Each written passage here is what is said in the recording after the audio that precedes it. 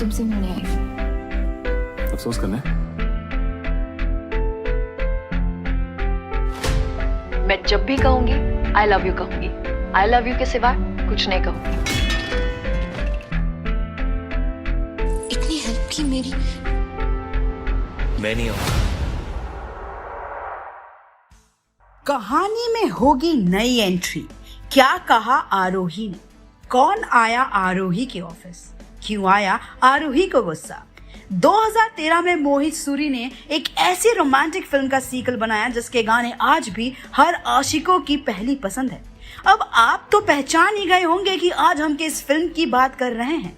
जी हाँ, आशिकी, एक ऐसी रोमांटिक सीरीज जिसने जनता को प्यार करना सिखा दिया।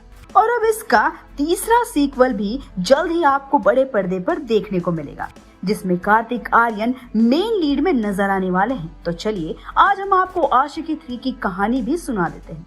पिछली वीडियो में हमने देखा कि राहुल की मौत के बाद आरोही पूरी तरह से टूट जाती है, लेकिन राहुल के लिए वो खुद को खुश रखने की कोशिश करती है।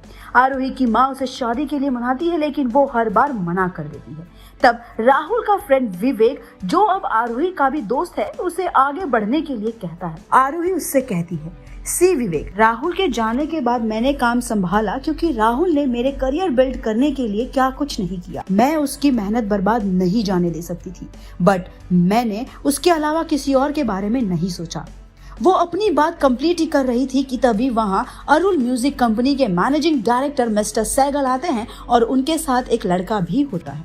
मिस्टर सहगल आरोही से कहते हैं, आरोही गुड मॉर्निंग, एक्चुअली मैं तुम्हें किसी से मिलवाना चाह रहा था।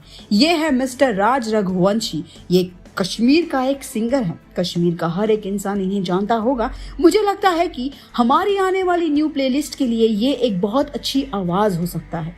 What do you say? तब आरोही राज को देखती है और कहती है, मिस्टर सहगल इनकी आवाज उस काबिल है या नहीं, ये तो इन्हें सुनने के बाद ही पता चलेगा।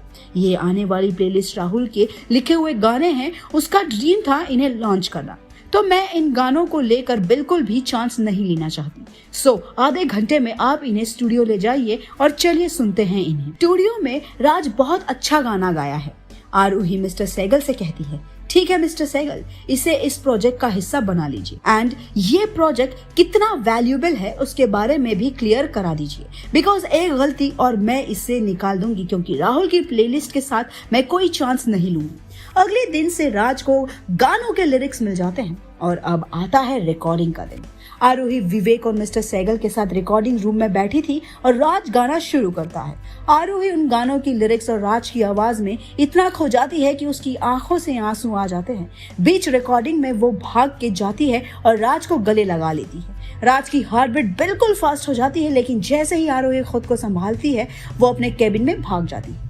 विवेक आरोही के पास जाता है और उससे कहता है, आरोही आर यू ऑल राइट? अचानक क्या हो गया था? आरोही रोते हुए उससे कहती है, आई डोंट नो विवेक, वो लाइंस, वो आवाज सुनते वक्त मैं बिल्कुल उसमें खो गई थी। मुझे ऐसा लग रहा था कि खुद राहुल मेरे सामने आ गया है। मैं भूल गई थी कि मैं कहाँ बैठी हूँ, किसके सामने हूँ।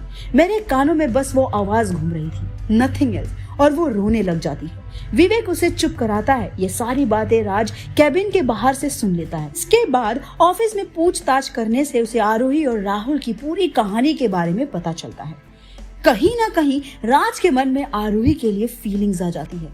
उस हक के बाद से ही उसका आरोही के साथ एक कनेक्शन बन जाता है। वो आरोही को और भी ज्यादा ऑब्जर्व करने लगता है। तो क्या वो अपने प्यार का इजहार आरोही से कर पाएगा? क्या होगा आरोही का रिएक्शन? जानने के लिए देखिए हमारी अगली वीडियो।